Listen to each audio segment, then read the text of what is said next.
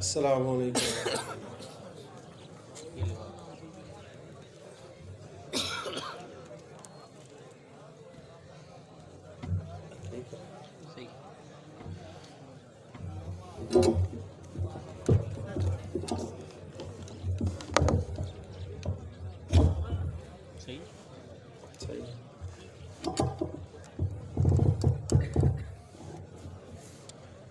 ان الحمد للہ نحمده ونستعینه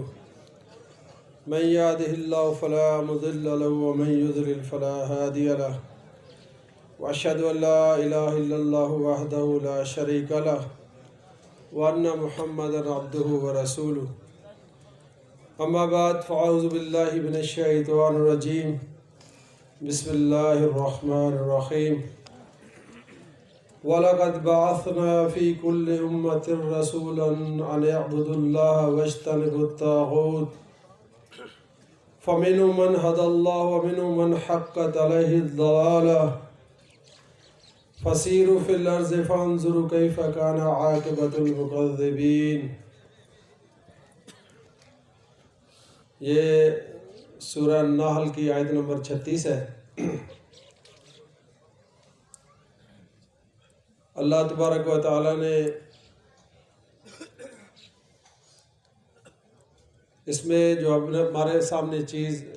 ذکر فرمائی ہے، جو آج ہمارا موضوع ہے،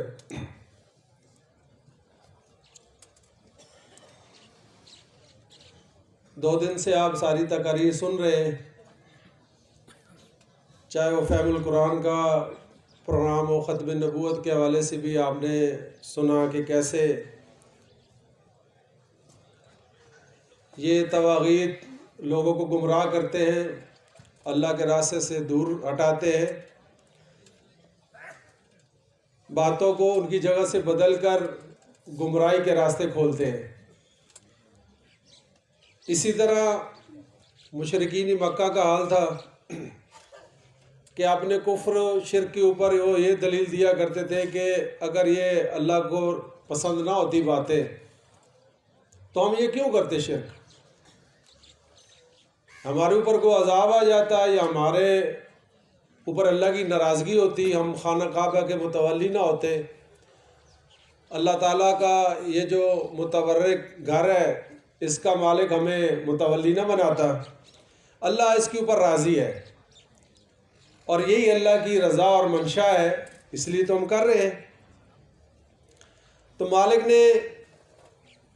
فرمایا کہ ایسا معاملہ نہیں ہے۔ اللہ تبارک و تعالیٰ نے فرمایا کہ وَلَقَدْ بَعَثْنَا فِي كُلِّ أُمَّةٍ رَسُولًا، ہم نے تو ہر ایک امت کے اندر رسول بھیجے ہیں، اور ان رسولوں کو بات ہی یہی بتائی گئی تھی کہ عبادت اللہ کی کرنی ہے۔ ہر نبی نے اپنی دعوت کا آغاز اسی بات سے کیا، جیسے اللہ کے رسول صلی اللہ علیہ وسلم نے لوگوں کو بلایا اور کہا کہ قولوا لا الہ الا اللہ تفلحوا، کہ یہ ایک بات کہہ لو کہ اللہ کے سوا کوئی عبادت کے لائق نہیں، کوئی الہ نہیں ہے، تو کامیاب ہو جاؤ گے۔ کامیابی کیا ہے؟ اللہ کی نظر میں کامیابی کیا ہے؟ بتایا کہ جو فمن زحزح عن النار وادخل الجنۃ فقد فاز وما الحیاۃ الدنیا الا متاع الغرور، کہ جو اس دن جہنم کی آگ سے بچا کر جنت میں داخل کر دیا گیا وہ کامیاب ہے۔ یہ دنیا کی زندگی کی کامیابی اور ناکامی کو آپ کامیابی اور ناکامی نہ سمجھے کہ یہاں اللہ نے مال و دولت دے دیا ہے، اقتدار دے دیا ہے اور آسائشیں مہیا ہو گئی ہیں تو آپ سمجھے کہ بہت اللہ کی رضا ہے، یا آپ نے اپنے گھر کے اوپر شاندار گھر بنایا اور کہا کہ یہ اللہ کا فضل ہے، تو یہ اس کی دلیل نہیں ہے۔ اللہ کی رضا اسی کے ساتھ ہے جس کو مالک اپنا راستہ دکھاتا ہے، جس کے ساتھ بھلائی کا ارادہ فرماتا ہے، اس کے لیے ہدایت کے راستے کھول دیتا ہے، اس کو جنت کا راستہ اس کے لیے آسان فرما دیتا ہے، اس کو یہ سوجھ بوجھ عطا فرما دیتا ہے۔ یہ سمجھدار لوگ ہوتے ہیں، سمجھدار لوگ، نیک بخت لوگ کبھی بھی جہنم میں نہیں جائیں گے۔ بدبخت لوگ ہی جہنم میں جانے والے ہیں جن کو یہ بڑی سادہ اور آسان بات سمجھ میں نہیں آتی کہ اس کائنات کا خالق اور مالک اللہ ہے، وہی نظام چلا رہا ہے، وہی ساری مشکلوں اور مصیبتوں سے لوگوں کو نکالنے والا ہے، وہی رزق کے بند دروازے کھولنے والا ہے۔ تو یہاں اس آیت میں بھی بتایا گیا کہ ہم نے تو ہر امت کے اندر رسول بھیجے تھے، جنہوں نے کبھی یہ دعوت نہیں دی کہ یہ اللہ کے بندے جو ہیں یہ حاجت روا بھی ہیں، یہ مشکل کشا بھی ہیں، یہ دستگیر بھی ہیں، یہ داتا بھی ہیں، اور یہ شریعت ساز بھی ہیں، بلکہ انہوں نے تو یہی کہا تھا اعبدوا اللہ، اللہ کی عبادت کرو، اللہ کی بندگی کرو۔ جو نبی بھی ہم نے بھیجا، مالک فرماتا ہے کہ اس کی بات یہی تھی کہ اللہ کی عبادت کرو، واجتنبوا الطاغوت، اور طاغوت سے اجتناب کرو۔ یہ جو تمہیں غلط راستے بتا رہے ہیں، جو یہ بتا رہے ہیں کہ اللہ کے ساتھ اللہ کے بندے بھی شریک ہے، اللہ کی مخلوق بھی شریک ہے، یہ بھی اختیارات ان کو ملے ہیں، یہ بیٹیاں اور بیٹے عطا کرنے والے ہیں، یہ رزق عطا کرنے والے ہیں، یہ آپ کی مشکلات دور کرنے والے ہیں، یہ عالم الغیب ہے۔ ایسا معاملہ نہیں رہا، بلکہ تمہیں ان سے بچنا ہے، یہ جو غلط راستہ بتا رہے ہیں ان کا انکار کرنا ہے۔ تو مالک فرماتا ہے فَمِنْهُمْ مَنْ هَدَى اللَّهُ وَمِنْهُمْ مَنْ حَقَّتْ عَلَيْهِ الضَّلَالَةُ۔ تو انبیاء کی یہ بات سمجھانے کے بعد کچھ لوگوں کو تو اللہ نے ہدایت عطا فرمائی، ان کی بات سمجھ میں آ گئی۔ جو یہ کہہ رہا ہے کہ یہ مردہ یا اللہ کی مخلوق، خالق اور مخلوق کا فرق مٹا دیا، مردہ اور زندہ کا فرق مٹا دیا، اللہ کی بات کو اس قابل نہیں سمجھا کہ اس کے اوپر عمل کیا جائے، جن کو اللہ نے یہ سمجھ دے دی حق اور باطل میں فرق کرنے کی، ان کو تو اللہ نے راستہ دے، ان کے لیے کوئی مسئلہ نہیں ہے۔ ابھی بھی آپ دیکھ لیں، جن کو اللہ نے ہدایت دینی تھی ان کے سامنے اللہ کی آیات آئیں، اللہ کے رسول صلی اللہ علیہ وسلم کی احادیث آئیں، انہیں سمجھ آ گئی یار بات تو بالکل یہ فطرت کے عین مطابق ہے، یہی معاملہ ہے۔ جب اللہ کی بات آ گئی تو اب کسی اور کی بات کیوں قابل حجت ہے؟ سمجھ گئے وہ، اللہ نے ان کو ہدایت عطا فرمائی۔ اور وَمِنْهُمْ مَنْ حَقَّتْ عَلَيْهِ الضَّلَالَةُ، جو اٹکے رہے کہ ہم تو بزرگان دین کے راستے پر چلیں گے، اکابرین کے راستے پر چلیں گے، کیا ان کی عقلیں خراب ہو گئی تھی؟ کیا ان کو علم نہیں تھا؟ وہ بڑے عالم تھے۔ مکہ والوں کا بھی تو یہی اللہ کے نبی صلی اللہ علیہ وسلم کے سامنے دلیلیں ہوتی تھی کہ کیا ہم سب کی عقلیں خراب ہو گئی تھی؟ کیا ہمارے باپ دادا سبھی بے وقوف تھے، سبھی جہنم میں جانے والے ہیں؟ تو اللہ کے نبی صلی اللہ علیہ وسلم نے بتایا کہ سارے تو ایسے نہیں تھے، زید بن عمر بن نفیل بھی تو تھے۔ جب بتوں کا چڑھاوا پیش کیا جاتا تھا تو وہ بیزار تھے، سمجھاتے تھے ان کو کہ دیکھو بارش اللہ برساتا ہے، گھاس وہ اگاتا ہے، بکری اس نے پیدا کی ہے، بکری وہ گھاس کھاتی ہے تو پھلتی پھولتی ہے، اور تم اس کو بتوں کے نام پر ذبح کر دیتے ہو۔ میں اس سے بیزار ہوں، میں نہیں کھاتا۔ ایسے لوگ بھی تو تھے، ان کی بات پر کیوں نہیں تم غور و فکر کرتے؟ لیکن اس بات کو مالک فرماتا ہے کہ جن کو اللہ نے، جن کا سینہ کھول دیا، جن کی دل میں اللہ کی قدر تھی، جن کے دل میں اللہ کا رعب تھا، جو آخرت کے ڈراوے سے ڈرنے والے تھے، اللہ نے ان کو ہدایت عطا فرما دی۔ اور جو اپنے نام نہاد سلف پر اٹکے رہے، نام نہاد اکابرین کے اوپر، جنہوں نے کہا کہ نہیں ان کا راستہ صحیح ہے، اللہ کی آیات آنے کے باوجود، معجزات اللہ کے نبیوں کے دور میں دیکھنے کے باوجود، اللہ کی آیتیں پڑھ پڑھ کے سناتے تھے، اللہ کے نبی سمجھاتے تھے، اور اپنی پچھلی زندگی کا تجربہ بھی پیش کرتے تھے کہ دیکھو جیسے اللہ کے نبی صلی اللہ علیہ وسلم کو کہا، یہی لوگ کہتے تھے کہ یہ صادق اور امین ہے۔ اللہ کے رسول صلی اللہ علیہ وسلم نے پوچھا بھی صحیح کہ اگر میں کہوں کہ اس پہاڑی کے پیچھے سے ایک فوج تمہارے اوپر حملہ آور ہونے والی ہے، مان لو گے؟ تو نے کہا آپ کے اوپر ہمارا جھوٹ کا تجربہ ہی نہیں ہے، آپ نے کبھی جھوٹ بولا ہی نہیں ہے۔ اتنی صاف اور شفاف زندگی گزارنے والے نے جب یہ بات کہی کہ اللہ کے سوا کوئی الہ نہیں ہے، تم مرو گے اور اس کے بعد قیامت والے دن زندہ کیے جاؤ گے، تو کسی نے گالی دی، کسی نے کہا ہمارا سارا دن خراب کر دیا، تیرے ہاتھ ٹوٹ جائیں، یہ معاملات سارے کیے۔ تو اللہ فرماتا ہے کہ یہ اللہ تعالیٰ نے پھر ایسی قوموں کو تباہ و برباد بھی کیا۔ فَسِيرُوا فِي الْأَرْضِ فَانظُرُوا كَيْفَ كَانَ عَاقِبَةُ الْمُكَذِّبِينَ، کہ جن لوگوں نے ان باتوں کو جھٹلایا، انبیاء کی باتوں کو، یہ بات نہیں مانی کہ اس کائنات کی تخلیق کا مقصد کیا ہے،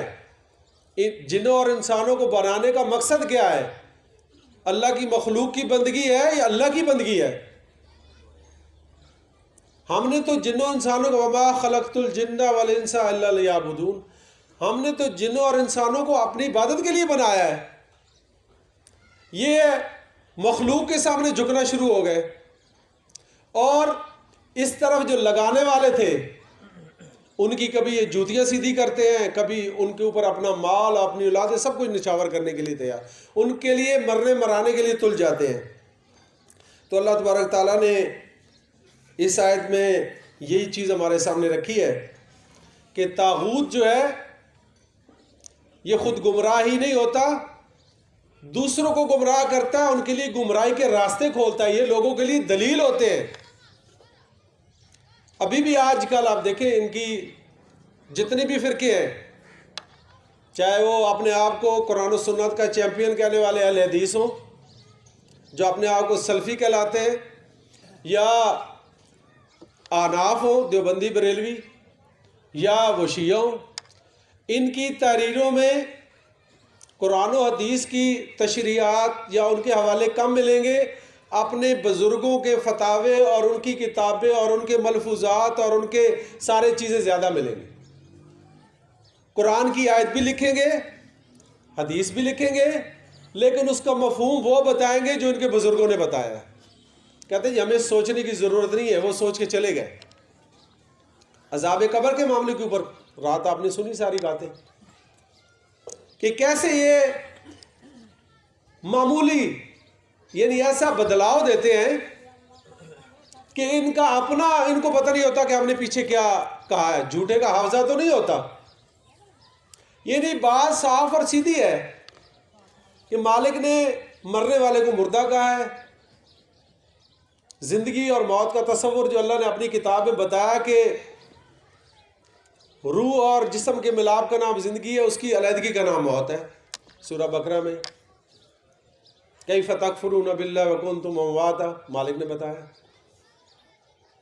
لیکن یہ حیرانگی ہوتی ہے ان کے اوپر جو اپنے آپ کو اہل حدیث کہلاتے ہیں یا اشاعت و توحید والے کہلاتے ہیں، جن کی بنیاد ہی اسی بات کے اوپر تھی کہ یہ سماع کا قائل جو ہے وہ مومن نہیں ہے۔ لیکن جب دیکھا آگے سے تو یہ سب رگڑے جائیں گے، بزرگ بھی رگڑے جائیں گے، وہاں آگے ٹھٹک ہے۔ اب یہ کہتے ہیں یہ مردہ ہے۔ آج کل ایک نئی اصطلاح ایجاد انہوں نے کی ہے۔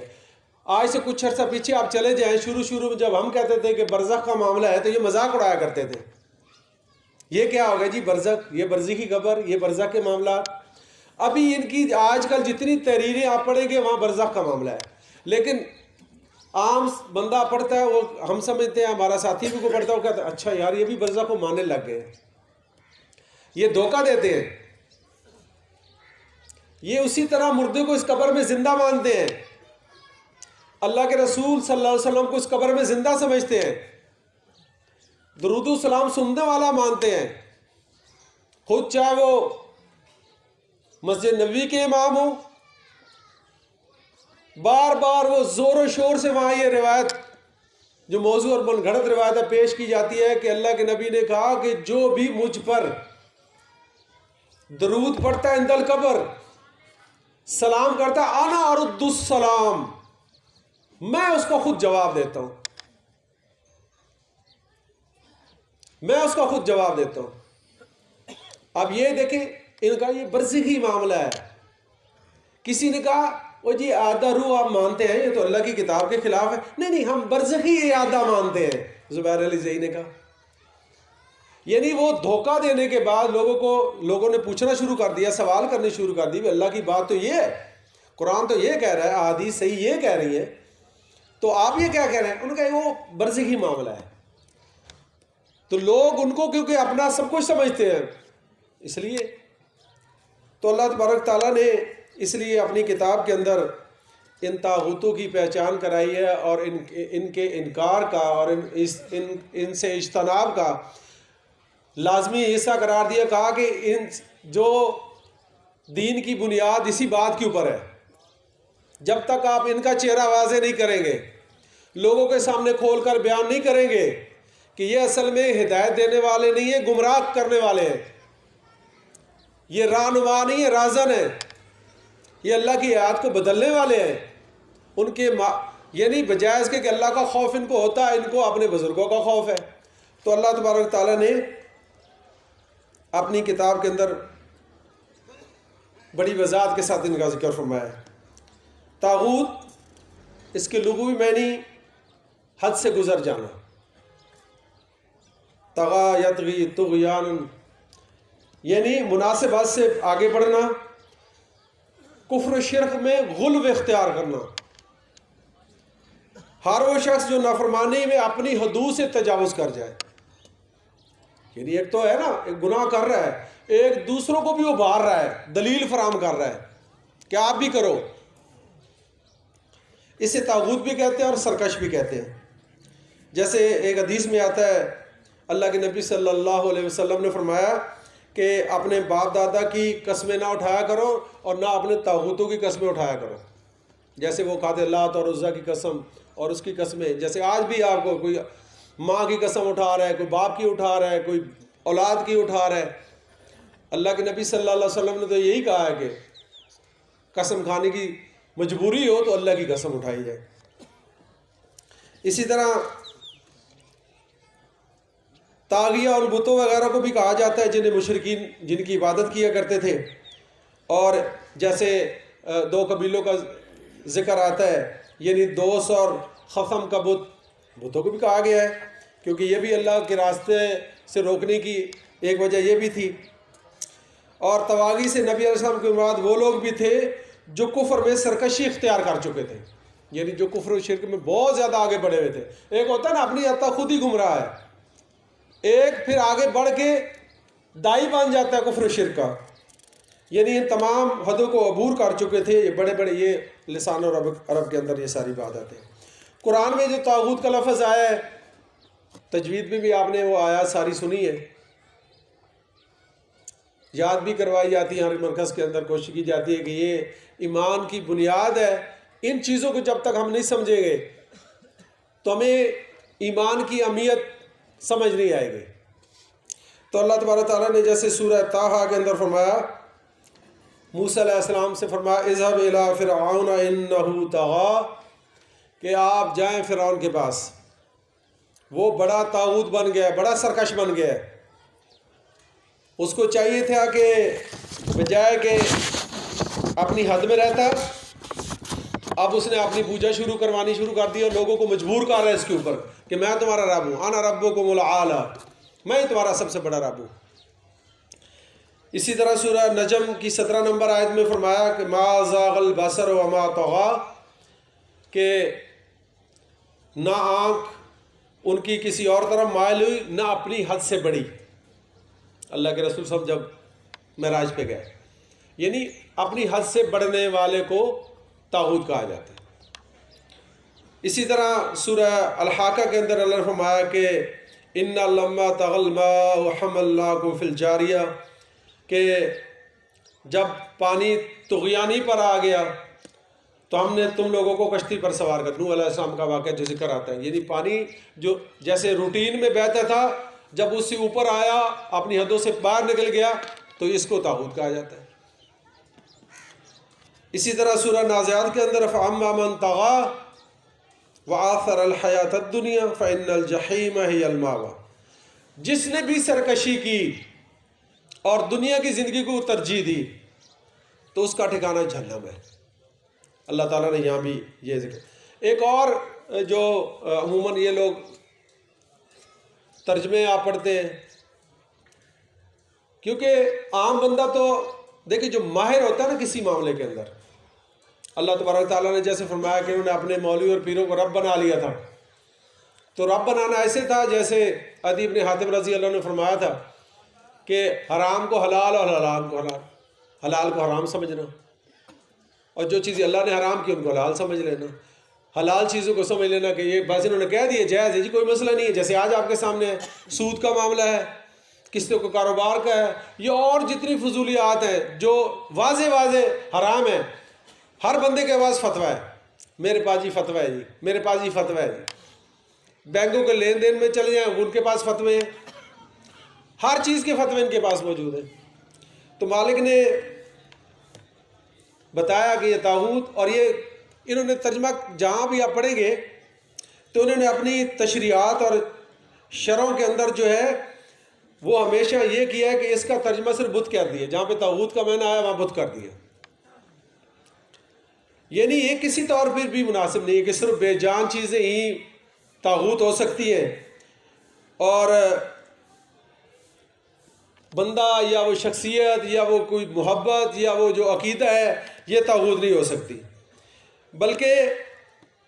ان بتوں کی نسبت بھی جو ہے شخصیات کی طرف تھی۔ جیسے لات کا بت تھا تو لات ایک شخصیت تھی،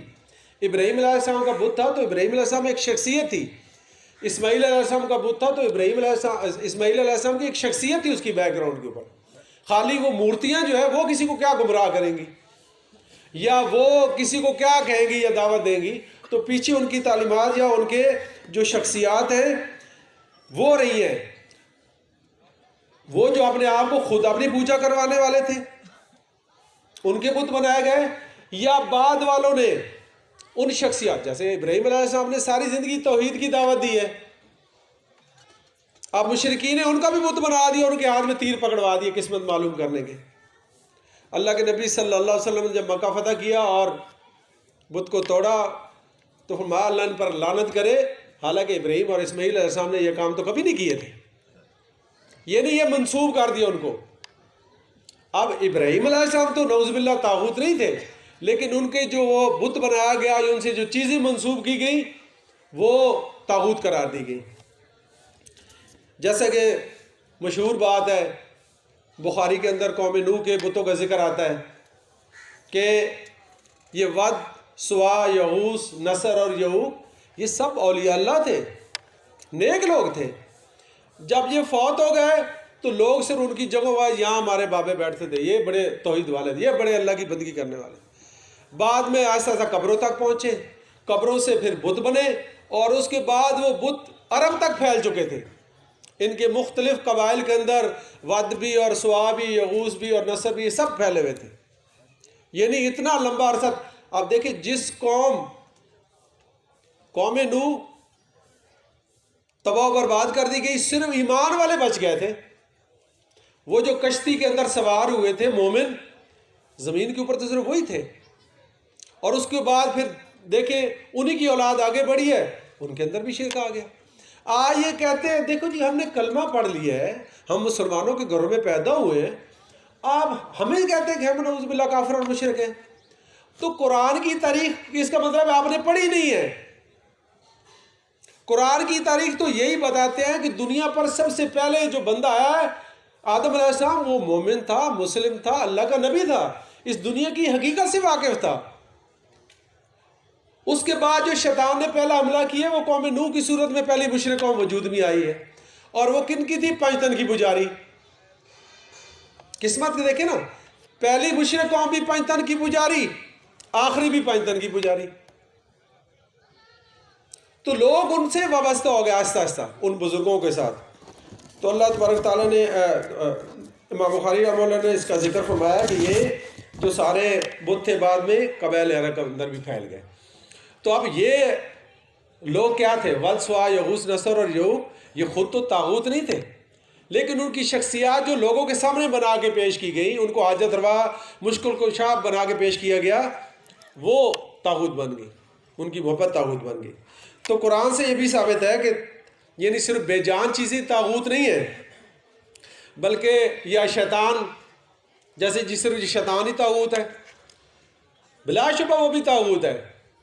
لیکن جیتی جاتی شخصیات بھی اور لوگ بھی اور بزرگ بھی اور عالم بھی، اور چاہے وہ سیاسی اقتدار کے مالک ہوں، بادشاہ اور وزیر اور مشیر بھی، یہ بھی طاغوت ہو سکتے ہیں۔ اللہ تبارک تعالیٰ نے جیسے سورہ نساء کی آیت نمبر 60 میں فرمایا، الم تر الی الذین یزعمون انہم آمنوا بما انزل الیک وما انزل من قبلک یریدون ان یتحاکموا الی الطاغوت وقد امروا ان یکفروا بہ۔ کیا تم نے دیکھا نہیں ان لوگوں کو جو دعویٰ تو یہ کرتے ہیں کہ ہم مومن ہیں، ایمان کا دعویٰ ہے، اللہ کو مانتے ہیں، اللہ کے رسول کو مانتے ہیں۔ آپ اس وقت کے یہ منافقین کا ذکر ہو رہا، ان کو بھی سامنے آپ رکھ لیں اور موجودہ حالات کو بھی رکھ لیں، دعویٰ تو یہ سب کرتے ہیں۔ اور جب فیصلوں کی باری آتی ہے، یعنی آپ پر بھی مان لاتے ہیں، پہلی کتابوں پر بھی ان کا ایمان ہے، لیکن کرتے کیا ہیں؟ یریدون ان یتحاکموا الی الطاغوت، چاہتے یہ ہیں کہ اپنے فیصلے طاغوتوں سے کروائیں۔ مردے کو سننے والا مسئلہ آپ اپنے سامنے رکھ لیں سمجھنے کے لیے۔ اللہ کی کتاب فرماتی ہے کہ اموات غیر احیاء وما یشعرون ایان یبعثون ثم انکم بعد ذلک لمیتون ثم انکم یوم القیامت تبعثون۔ اللہ تعالیٰ نے وضاحت فرما دی اور بے شمار آیات قرآن میں یہ بتا دیا۔ اللہ کے نبی صلی اللہ علیہ وسلم نے بتا دیا کہ جب بندہ مر جاتا ہے اس کا جسم ختم ہو جاتا ہے، ہڈی بچتی ہے، اور بتا دیا مومن کو لٹکی ہوئی ہے جنت کے اندر، قیامت والے دن اس کے جسم میں لوٹائی جائے گی، ساری چیزیں آپ کو پتہ ہے۔ اب اللہ کی بات، اللہ کے رسول کی بات تو یہ ہے، اس کو ماننا چاہیے تھا، لیکن اب یہ کیا کرتے ہیں؟ یہ اس پہ مطمئن نہیں ہوتے، یہ اپنے مفتی صاحب کے پاس جاتے ہیں،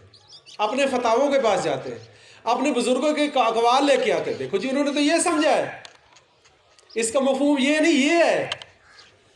تو اب جو ایماندار ہے وہ تو اللہ کی بات پر، اللہ کے نبی کی بات کے اوپر مطمئن ہو جاتا ہے، لیکن جن کے دلوں میں ان طاغوتوں کی محبت ہوتی ہے وہ چیزیں یہ ادھر گھوم جاتے ہیں، وہ تشریعات یہ لے کے آتے ہیں، نہیں جی اتنے صدیوں سے تو یہی ایمان عقیدہ چلا آ رہا ہے۔ امام اہل سنت کا بھی یہی عقیدہ تھا کہ اس پر ایمان لانا ضروری ہے کہ قبر میں روح لوٹائی جاتی ہے اور سوال و جواب ہوتا ہے۔ تو آپ فیصلہ کس سے کروا رہے ہیں؟ اللہ سے یا ان طاغوتوں سے؟ آپ خود فیصلہ فرما لیں کہ یہ کس کی عبادت کرنے والے ہیں، کن کی پوجا کرنے والے ہیں۔ تو مالک نے یہ فرمایا کہ یہ چاہتے یہ ہے کہ اللہ کی بات نہ مانی جائے، اللہ کے رسول کا فیصلہ نہ مانا جائے، بلکہ ان کے بڑوں کا، بزرگوں کا، اکابرین کا، ان کا فیصلہ مان لیا جائے۔ تو فرمایا حالانکہ ان کو حکم تو یہ دیا، وقد امروا ان یکفروا بہ، ان کا حکم تو یہ تھا، ان کو دیتا کہ جب اللہ کی بات آ جائے، اس کے رسول کی بات آ جائے، اگر ان بزرگوں کی سب دنیا ایک سائڈ پہ ہو جائے، ان کا کفر کرنا ہے آپ نے، ان کی بات کو نہیں ماننا، آپ نے اللہ کی بات کو ماننا ہے، اللہ کی بات کو ترجیح دینی ہے، اس کے اوپر اپنا ایمان عقیدہ بنانا، اپنا فیصلہ ان سے کروانا ہے، اللہ کی بات سے، اللہ کے رسول کی بات سے۔ لیکن آپ کے سامنے یہ کہتا نہیں جی تحقیقیں ہو چکی ہیں، اب جو چلے گا ان کے ہی پہ۔ وَيُرِيدُ الشَّيْطَانُ أَن يُضِلَّهُمْ ضَلَالًا بَعِيدًا، تو معلوم آتا ہے شیطان تو چاہتا ہی یہ ہے کہ ان کو بڑی دور کی گمراہی میں جا کے پھینکے۔ یہ وہ کہتے ہیں ہم تو سوچنا ہی نہیں چاہتے۔ کئی لوگ آپ کو ایسے ملیں گے، بھئی ہم کیوں سوچیں جی، ہمیں تحقیق کرنے کی کیا ضرورت ہے، تحقیق تو ہو چکی ہے جی، بات جو ہمارے بزرگوں کا عقیدہ ہے یہی ہے، غلط ہے یا صحیح ہے جی ہمیں نہیں پتہ، وہ ہم سے زیادہ سمجھنے والے تھے۔ تو اللہ تبارک تعالیٰ نے اسی طرح طاغوت کا اصطلاحی معنی اور مفہوم، جی یہی چیزیں آپ کے سامنے آ گئیں کہ ہر اس چیز کو کہا جاتا ہے جو خاص حد سے تجاوز کر جائے۔ انسان کی زندگی کا مقصد ہی اللہ کی عبادت ہے، اگر آپ اس میں وہ غلط فہمی کا شکار ہو جائے یا اس کو نہیں پتہ چلا تو اس کا تقاضا یہ ہے کہ وہ توبہ کرے، اللہ کی طرف رجوع کرے اور اپنے ایمان کو درست کرے۔ لیکن اس کے برعکس جو کفر شرک کے اوپر ہیں وہ پھر دلیلیں دینا شروع ہو جاتے ہیں آپ کو کہ جی یہ ایسی، اس لیے ہم ان کو کہتے ہیں مشکل کشا ہے، اس لیے کہتے ہیں یہ دستگیر ہے، کہانیاں جیسے بنی ہوئی ہیں جی، 12 سال سے ڈوبی ہوئی کشتی نکال دی، یہاں سے مدینہ جاتے ہیں نمازیں پڑھنے کے لیے، اور مغرب میں یہاں ہوتے ہیں، فجر میں وہاں ہوتے ہیں، جو قصے کہانیاں ساری ایمان خالص قسط اول میں آپ لوگ نے پڑھتے رہتے ہیں۔ تو اللہ تبارک تعالیٰ نے حالانکہ ان کو یہی ذکر فرمایا تھا کہ اللہ کے راستے سے یہ روکنے والے ہیں جو کفر و شرک پر دلیلیں فراہم کر رہے ہیں، تو یہی اصل میں سرکش ہے۔ اور یہ ایک تو وہ اپنے آپ کو پیش کرتے ہیں، وہ خود طاغوت ہے کہ ہم بڑی چیز ہے، جیسے آج کل بڑے بڑے اسکالر آئے ہوئے ہیں، جب سے یہ سوشل میڈیا کا دور آیا تو نئے نئے اسکالر آپ کے سامنے آ گئے ہیں جو روزانہ نئی توجیہات پیش کرتے ہیں، ایسے تماشے لگائے ہوئے ہیں کہ حیران رہ جاتا ہے انسان کہ ان کو اللہ کا ڈر خوف ہی نہیں ہے کوئی۔ اور ایک آدھ کو صحیح بات کر دیتے ہیں تو ہمارے بھائی بھی مروب ہو جاتے ہیں، یار اس نے یہ بات کر دی، بھائی کسی نے اجرت کے اوپر بات کر دی تو اس سے مروب ہو گیا، حتیٰ کہ حیران ہے کہ شیعوں تک سے مروب ہو جاتے ہیں۔ وہ آج کل ایک آتا ہے، بھائی اس نے بھی بڑی توحید کی بات کر دی جی، اور پھر ساتھی ماشاءاللہ ایسا کرتے ہیں، گروپوں میں لگا رہے ہوتے ہیں، دیکھو جس نے یہ بڑی بات کر دی۔ بھائی وہ تو ایسے ہی ایک بات تو مکہ والی بھی کرتے تھے، لبیک اللہم لبیک، وہ تو زیادہ اچھی بات کرتے تھے، بیچ میں ایک چیز شامل کرتے تھے۔ تو یہ تو ایک اچھی بات کرتے ہیں، زیادہ کفر شرک ملا دیتے ہیں۔ لبیک اللہم لبیک تو کہتے تھے، ہاں الا شریکن ہوا، مالک بس وہ تیرا شریک ہے، جس کا تو مالک ہے جو خود کسی چیز کا مالک نہیں ہے۔ یہ تو مالک اور مختار سب کچھ، اب کوئی عبد القادر جیلانی صاحب کو بنا رہا ہے، کوئی اللہ کے نبی صلی اللہ علیہ وسلم کو بنا رہا ہے، کسی اور کو بنا رہا ہے۔ تو بہرحال یہ بتایا گیا کہ چاہے یہ خود اپنے آپ کو پیش کرنے والے ہوں، خدائی کے جھوٹے دعوے دار ہوں، یا ان کی شخصیات جو دوسرے بنانے والے ہیں، یعنی خود تو جیسے اللہ کے نبی صلی اللہ علیہ وسلم، صحابہ رضی اللہ عنہم، یا جو نیک لوگ گزرے ہیں، انہوں نے تو کبھی ایسا معاملہ نہیں کیا، لیکن یہ ان کو بنا کے پیش کر رہے ہیں، جیسے قوم نوح کے بزرگ تھے، بعد والے ان کو ایک پورا نمونہ بنا کے لوگوں کے سامنے پیش کر رہے ہیں کہ بھائی یہ اللہ کے ساتھ، یہ بھی اللہ کے ساتھ شریک ہے، یہ بھی سارے معاملات کرنے والے ہیں۔ اس لیے سب سے بڑا طاغوت تو شیطان ہے، ابلیس لعین۔ پھر ایسا شخص جس کی عبادت کی جائے اور اس پر راضی بھی ہے کہ میرے فتوے چل رہے ہیں، میرے آگے جھکا جا رہا ہے۔ آپ نے آج دیکھا ہوگا سجدے ہو رہے ہیں، پہلے تو لوگ مانتے نہیں تھے، کھلے عام سجدے ہو رہے ہیں، زندہ شخصیات کو سجدے ہو رہا ہے، قبروں کو تو سجدے ہوتے ہی تھے، اب زندہ شخصیات کو سجدے کیے جا رہے ہیں۔ اور جو شخص لوگوں کو اپنی عبادت کی دعوت دے، اگرچہ اس کی کوئی بندگی کرنے والا نہ ہو، لیکن اپنا دعویٰ کرے کہ میں، جیسے آپ کے سامنے کل ختم نبوت کے اوپر پیش کیا گیا کہ کسی نے کہا بھی آپ نے نبوت کا دعویٰ کیا، کہ انہوں نے کہا آپ نے میرا درجہ کم کر دیا، میں نے تو خدائی کا دعویٰ کیا، نعوذ باللہ من ذالک۔ تو علم غیب کے دعوے کرنے والے، یا جو شخص اللہ کی نازل کردہ شریعت کے خلاف فیصلے کرے، یا وہ شخص جو اپنے آپ کو شریعت ساز سمجھے، جتنی اللہ کی بات ہے اس کے رسول کی بات ہے، اور یہ اپنی طرف سے اس میں اضافہ کرے یا اس میں کمی کرے، کہ اتنی سختی آئی ہے یہ اتنی کر رہا ہے، اتنی نرمی آئی ہے یہ اتنی کر رہا ہے، نہیں، اپنی طرف سے کچھ نہیں۔ جتنی اللہ کی بات ہے، جتنی اس کے رسول کی بات ہے، نہ اس سے کم کیا جائے نہ اس کو زیادہ کیا جائے، اور پھر اس کے اوپر زور دینا کہ یہ میں کہہ رہا ہوں، اس سے یہی ثابت ہوتا ہے، یہ بھی زیادتی ہے۔ اور اس کے اوپر ہمیں خاص طور پہ محتاط رہنا ہے ان معاملات کے اوپر، کہ کہیں باقی چیزوں سے تو ہم، اب کوئی یا علی مدد کا نعرہ تو نہیں لگوائے گا، یا رسول مدد کا نعرہ تو نہیں لگوائے گا، لیکن ان چیزوں میں آ کے شیطان ہر قوم کی نفسیات کو سمجھتا ہے، ان کو اسی حساب سے ٹیکل کرتا ہے۔ تو ہمیں اللہ کی پناہ میں آنا ہے، اللہ اس کے رسول کی جو باتیں ہیں ان کے اوپر عمل درآمد کرنا ہے۔ اور جو شخصیات اللہ کی بندگی کی راہ میں جان بوجھ کر روڑے اٹکانے والی ہو، اللہ کی یعنی رکاوٹیں ڈالنے والی، چاہے وہ مذہبی پیشوا ہوں یا سیاسی رہنما ہو یا پیشہ وار ہو یا کوئی بھی ہو، اور اس کے بعد آتا ہے اپنا نفس انسان کا، یہ اس وقت طاغوت بنتا ہے جب یہ انسان کو بغاوت کے اوپر اکساتا ہے، اللہ کی بغاوت کے اوپر، اور یہ جانتے بوجھتے ہوئے یہ اللہ کی آیات ہے اور یہ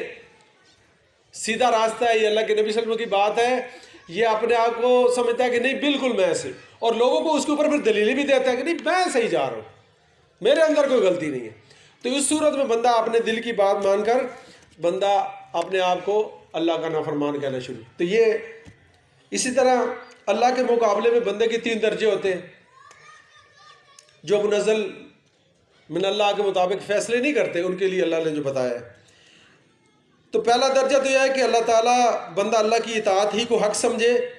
مگر اس کے خلاف ورزی ہو جاتی ہے، اسے گناہ ہو جاتا ہے، فسق ہو جاتا ہے، تو یہ گناہ گار ہے. یہ توبہ کرے گا اللہ اس کو معاف فرما دے گا. دوسرا درجہ یہ ہے کہ وہ اللہ کی فرمانبرداری سے منحرف ہو کر یا تو خود مختار بن جائے یا کسی اور کی بندگی کرنے لگ جائے. یہ کفر و شرک ہے، یعنی اتنا سرکش ہو گیا ہے کہ اس کو گناہ ہی نہیں سمجھتا اور اسی میں لگ جاتا ہے، خود اپنی معاملات اور یا دوسروں کی بندگی کرنا شروع کر دیتا ہے. تیسرا اور آخری درجہ یہ ہے کہ وہ اللہ سے بغاوت کرے، اس کی مخلوق پر اپنا حکم چلائے اور اللہ کے مقابلے میں دوسروں کا کہا مانے، پھر لوگوں کو اللہ کی بندگی کرنے سے روکے یا راہ میں رکاوٹ حائل کرے. اس مرتبہ پر جو شخصیت یا بندہ پہنچ جاتا ہے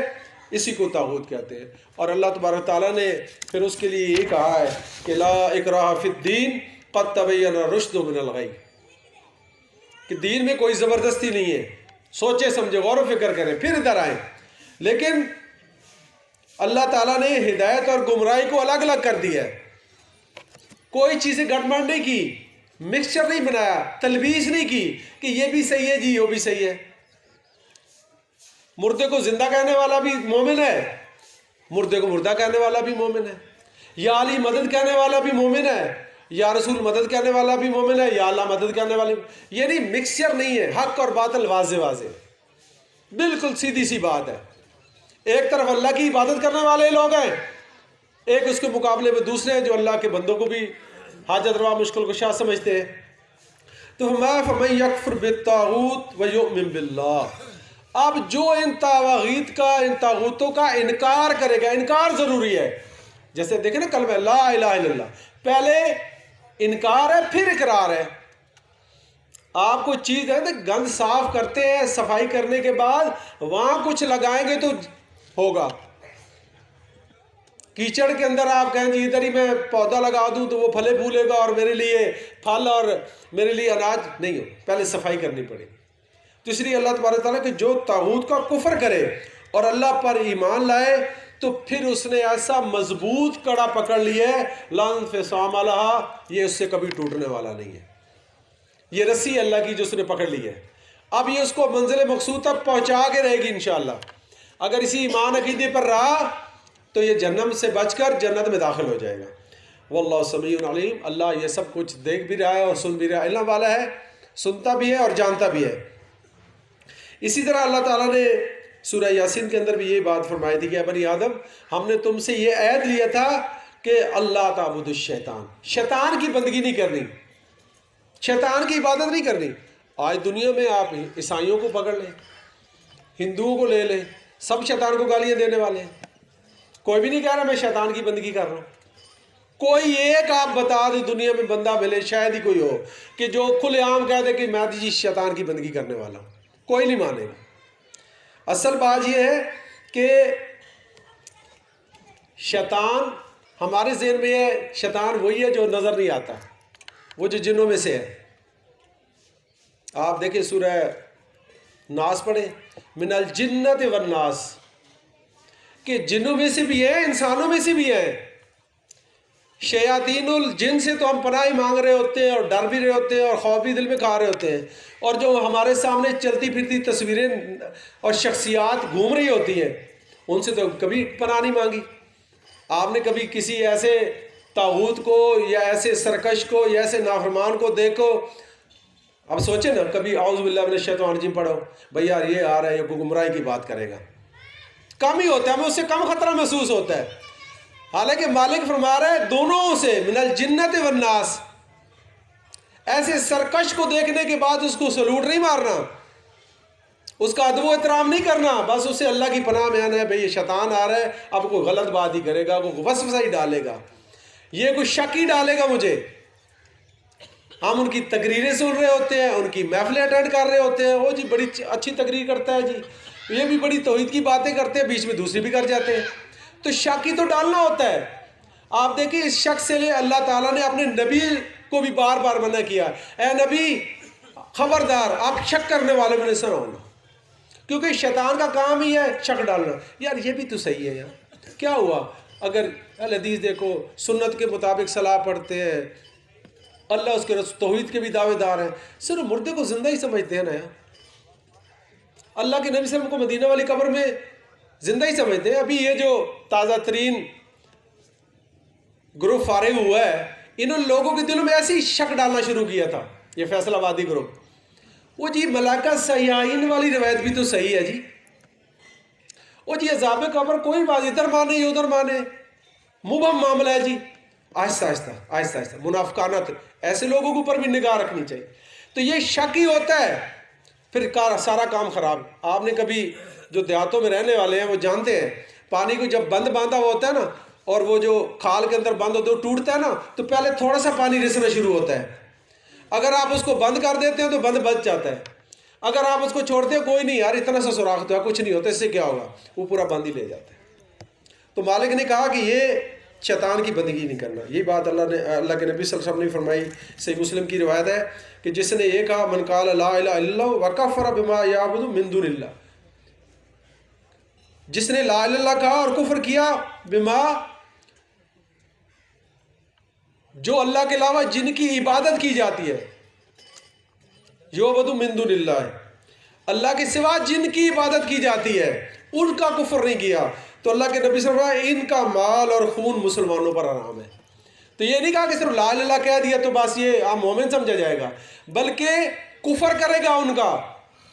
اللہ کے سوا۔ دیکھیں عیسائی مسلمان اس وقت ہوگا جب جو کہے گا کہ عیسیٰ علیہ السلام اللہ کے بندے ہیں، اس کے نبی ہیں، اس کا بیٹا نہیں ہے۔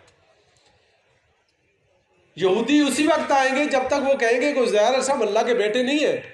آج ایک اگر کلمہ کو بھی مومن ہوتا ہے تو کہے گا اللہ کے نبی اللہ کے بندے اس کے رسول ہیں، نور کا ٹکڑا نہیں ہے، حاجت روا نہیں ہے، مشکل کشا نہیں ہے، جولیاں بھرنے والے نہیں ہیں، یہ ساری چیزوں کا انکار کرنا پڑے گا وضاحت کے ساتھ، پھر اس کا ایمان قابل قبول ہوگا۔ تو یہی چیز جو ہے اللہ تبارک تعالیٰ نے فرمائی سورہ المائدہ کے اندر وَمَن لَمْ يَحْكُمْ بِمَا أَنزَلَ اللَّهُ فَأُولَٰئِكَ هُمُ الْكَافِرُونَ، جو اللہ کے نازل کردہ کے مطابق فیصلے نہ کریں یہی لوگ اصل میں کافر ہیں۔ اللہ کی آیات سامنے ہیں، اتنی بے قدری انہوں نے کی، اللہ تعالیٰ جیسے وَمَا قَدَرُ اللَّهَ حَقَّ قَدْرِهِ، اللہ کی قدر ہی نہیں کی انہوں نے جیسے اللہ کی آیت آ گئی، قرآن لا ریب کتاب ہے۔ مالک فرماتا نا کہ جیسے رات والی تقریر میں مالک کہتا لا ریب فیہ ذالک الکتاب لا ریب فیہ، آپ اللہ سے ہدایت مانگتے ہیں سورہ فاتحہ کے اندر، اللہ آپ کو ہدایت پوری عطا فرما دیتا ہے، اور آپ کا شک دور کیا مالک نے کہ یہ وہ کتاب ہے، کوئی شک نہیں، لیکن ہدایت اللہ سے ڈرنے والوں کے لیے 6 صفات آگے بیان کی مالک نے۔ تو اب مومن تو اللہ کی کتاب میں شک نہیں کرتا، ان کو شک پڑ جاتا ہے، یہ بات صحیح نہیں ہے، نعوذ باللہ من ذالک، اس کا معنی مفہوم یہ نہیں ہے۔ اور ابھی آپ بڑے بڑے آ رہے ہیں، نہیں جی اکیلے میں قرآن نہیں پڑھنا،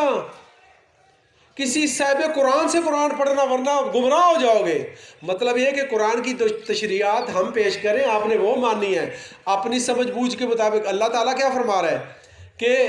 ہم نے قرآن کو سمجھنے کے لیے آسان کر دیا ہے کوئی سوچنے سمجھنے والا؟ بار بار قرآن کا آپ مطالعہ فرماتے ہیں، اللہ تعالیٰ فرماتا ہے ایمان لانے والوں کے لیے، یقین کرنے والوں کے لیے، غور و فکر کرنے والوں کے لیے، ٹھیک ہے نا، تفکر کرنے والوں کے لیے اس میں ہدایت ہے۔ اللہ نے یہ ڈگری نہیں لگائی کہ صرف عالموں سے پڑھنا ہے، اللہ تعالیٰ نے یہ ھدی للناس بنائی ہے کتاب، لوگوں کی ہدایت کا ذریعہ ہے۔ ھدی للعلماء نہیں کہا اللہ نے اس کو کہ بس مولویوں کے پڑھنے کی کتاب ہے، یہ تو عوامی کتاب ہے۔ اللہ کے نبی نے فرمایا ایک آیت سمجھ آ گئی وہی لوگوں تک پہنچانا شروع کر دو، کوئی پابندی نہیں لگائی۔ یہ کہتے نہیں جی ابھی اذن نہیں ہے جی، آپ کو ابھی اجازت نہیں ہے آپ کو خطابت کرنے کی اور کلام کرنے کی، ابھی آپ کے پاس کون سا مفتی کی ڈگری ہے؟ تو اللہ تبارک تعالیٰ نے فرمایا کہ انا ارسلناک بالحق بشیرا و نذیرا، وَإِن مِّن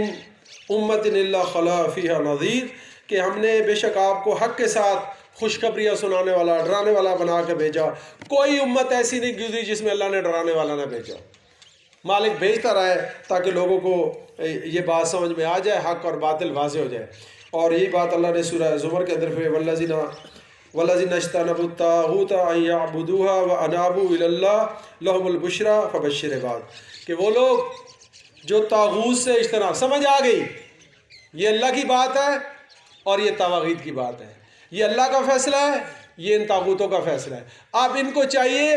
کہ چاہے ان کو امام بنائیں، اپنے دل میں ان کی محبت جگائیں، یا ان کو اپنا پیشوا بنائیں، معلوم ہوتا ہے ان کے لیے یہ ہے کہ ان طاغوتوں کا انکار کریں، ان سے اجتناب کریں، ان سے بچ کے رہیں۔ ان کی باتیں سنیں گے، ان کی کتابیں پڑھیں گے تو پھر آپ شک میں تو پڑیں گے آپ، اور اللہ کی عبادت کریں۔ وَأَنَابُوا إِلَى اللَّهِ، اللہ کی طرف رجوع کریں، اللہ کے سامنے جھکے۔ تو مالک فرماتا ہے لَهُمُ الْبُشْرَىٰ، ایسے لوگوں کے لیے خوشخبری ہے، فَبَشِّرْ عِبَادِ، میرے ان بندوں کو خوشخبریاں سنا دو جو الذین یستمعون القول، جو باتوں کو غور سے سنتے ہیں، فیتبعون احسنہ، اور پھر بہترین انداز میں اس کی اتباع کرتے ہیں۔ اللہ تعالیٰ نے جیسے سنو اور غور و فکر کرو اور اللہ سے ڈرو، جہاں تک تمہاری طاقت ہے وہاں تک اللہ سے ڈرو۔ فاتقوا اللہ ما استطعتم، جتنی تمہاری طاقت ہے اتنا عمل درآمد کی کوشش کرو اور تقوی اختیار کرنے کی کوشش کرو۔ اولئک الذین ھداھم اللہ، یہ وہ لوگ ہیں جن کو اللہ نے ہدایت عطا فرمائی۔ واولئک ہم اولو الالباب، یہ لب والے، یہ سمجھدار لوگ ہیں، یہ زیرک لوگ ہیں صحیح معنوں میں، جن کو یہ بات سمجھ میں آ گئی کہ اللہ کی بات کے مقابلے میں اگر ان کی بات آئے گی تو یہ طاغوت قرار پائیں گے۔ ان کی بات کو نہیں ماننا، اللہ کی بات کو ماننا ہے، اللہ کے نبی صلی اللہ علیہ وسلم کی بات کو ماننا ہے۔ اللہ کے نبی کی بات کی تشریحات وہی ہوں گی جو اللہ کے نبی صلی اللہ علیہ وسلم نے بتا دی ہے، ہماری اور آپ کی تشریحات یا ان کی تشریحات نہیں چلے گی۔ تو یہی اللہ تبارک و تعالیٰ نے ہمارے سامنے کھول کر بیان کیا۔ لیکن ہوتا کیا ہے، اب دو گروہ بن جاتے ہیں، جب یہ دعوت حق اٹھتی ہے دو گروہ بن جاتے ہیں۔ ایک ہوتے ہیں، آپ دیکھیں ہماری دعوت کیا ہے، انبیاء کی دعوت کیا تھی، ہم سب کو یہ کہتے ہیں یار اللہ کو پکارو، اللہ کی عبادت کرو، اللہ کے سامنے جھکو، اللہ کو حاجت روا مانو، اللہ کو مشکل کشا مانو، اللہ کو جھولیاں بھرنے والا سمجھو، یہی بات ہوتی ہے ہماری دعوت۔ اس میں بگڑ جاتے ہیں، اس کے اوپر ناراض ہوتے ہیں۔ بھئی ہم کوئی اپنی شخصیت کو کہہ رہے ہیں، اپنے کسی عالم کو کہہ رہے ہیں، اپنے کسی بزرگ کو کہہ رہے ہیں۔ لڑائی تو تب ہو کہ ہم اپنے عالم، اپنے بزرگ، اپنے بندے کی طرف دعوت دے رہے ہیں اور آپ اپنے کی طرف دعوت دے رہے ہو۔ ہم تو کہہ رہے ہیں جو تمہارا مالک ہے، جو ہمارا مالک ہے، ہم سب کا رب ہے، ہم سب اس کائنات کا مالک اور خالق ہے، اس کی عبادت، جس کو آپ ہی سمجھتے ہو کہ اس کائنات کا مالک ایک ہی ہے،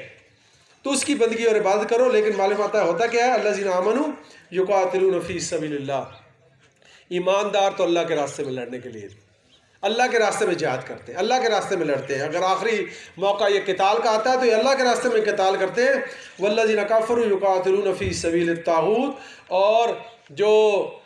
کافر ہیں اللہ کی آیات کا انکار کرنے والے، یہ طاغوت کے لیے لڑتے ہیں۔ تو مالک فتح فقاتلوا اولیاء الشیطان، ان شیطان کے ولیوں سے لڑائی کرو۔ آج وہ بندوق اور تلوار کی جہاد تو نہیں ہے، آج ہمارے پاس یہی ہے، وَجَاهِدُهُمْ بِهِ جِهَادًا كَبِيرًا، جیسے کہا گیا اس اللہ کی کتاب کے ذریعے سے ہم اس کا علم حاصل کریں، اس کے اوپر غور و فکر کریں، یہ دن رات ہمارے مطالعے میں ہو، بجائے اس کے کہ ہم موبائل کو استعمال کریں تو اللہ کی یاد کو پڑھنے کے لیے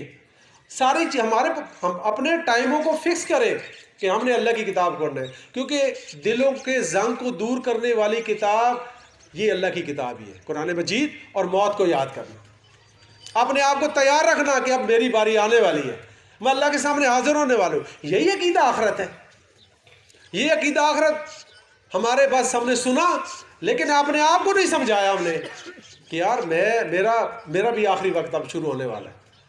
کبھی بھی بلاوا آ سکتا ہے، کبھی بھی وقت آئے گا تو میں تیار ہوں پوری طرح، کہ ہمارا ایمان تو یہ کہ ہو سکتا ہے اللہ نے آج موقع دیا یہ آخری پروگرام ہو، اور ہم میں سے کئی لوگوں کا یہ آخری پروگرام ہوگا، لیکن واقعی ہم نے اسی انداز میں توبہ کی ہے، اسی دیار میں اللہ کی آیات کو پڑھا ہے، اسی طرح ہم جو ہے صحیح معنی مخلص ہو کے اس سارے معاملے کو لے کے چل رہے ہیں اللہ کی رضا کے لیے، جنت کے اصول کے لیے اور جہنم کی آگ سے بچنے کے لیے، تو مالک نے فرمایا کہ ان سے لڑو۔ یہ ان قید الشیطان کان ضعیفا، یہ شیطان کا جو ہے سارے دو پیچ سارے ہیچ ہوتے ہیں، کمزور ہوتے ہیں۔ یہ وقتی طور پہ آپ کو ڈرائیں گے لیکن کار کچھ نہیں ہے۔ شیطان وقتی طور پہ ہوا کھڑا کرے گا، یار پتہ نہیں کیا ہو جائے گا، آپ اکیلے رہ جاؤ گے، آپ کے رشتے کدھر ہوں گے، آپ کے معاملات کدھر ہوں گے، کچھ نہیں ہوتا۔ تو اللہ تعالیٰ بتایا اللہ ولی الذین آمنوا یخرجهم من الظلمات الی النور، اللہ مومنوں کا ولی ہے۔ یہ پھر مومنوں کو کیا کرتا ہے؟ جب یہ ایمان لاتے ہیں، طاغوت کا انکار کرتے ہیں، پھر اندھیروں سے، کفر و شرک کے، بدعات کے، رسومات کے، پریشانیوں کے اندھیروں سے نکال لیتا ہے اور ان کو نور میں لے آتا ہے، روشنی میں لے آتا ہے، لائٹ میں لے آتا ہے۔ اور معلوم ہوتا ہے جو کافر ہیں ان کا کیا ہوتا ہے؟ جب یہ طاغوت سے محبت کرنے لگ جاتے ہیں، کتنے آپ نے دیکھے جب طاغوت کی محبت دل میں آتی ہے اللہ یہ نور واپس لے لیتا ہے، یہ روشنی واپس لے لیتا ہے، دوبارہ انہیں گمراہیوں میں چلے جاتے ہیں۔ پھر ان کے لیے وہ بزرگی سارا کچھ ہے، پھر وہی کفر شرک کے جو بڑے بڑے ہیں ان کی محبتیں اور ان کے ساتھ بیٹھنا اٹھنا اور ان کی تعریفیں، یہ سارا کچھ ہو جاتا ہے۔ مالک ہوتا ہے اولئک اصحاب النار هم فیہا خالدون، یہ سب جو ہے جہنم والے ہیں اور اس کے اندر ہمیشہ رہنے والے ہیں۔ تو یہ چیزیں پہلے بھی آپ کے سامنے بیان ہوتی رہتی ہیں، یہ ساری آیات جو ہے ان کو یاد کیا جائے، ان کے اوپر عمل درآمد کیا جائے اور ان طاغوتوں کو پہچانا جائے اور زیادہ سے زیادہ اللہ کی کتاب کا مطالعہ ہو، زیادہ سے زیادہ ہم خود علم حاصل کریں تاکہ ان کی مروبیت سے جو ہے بچے۔ ان کا پہلا وار ہوتا ہے مروبیت۔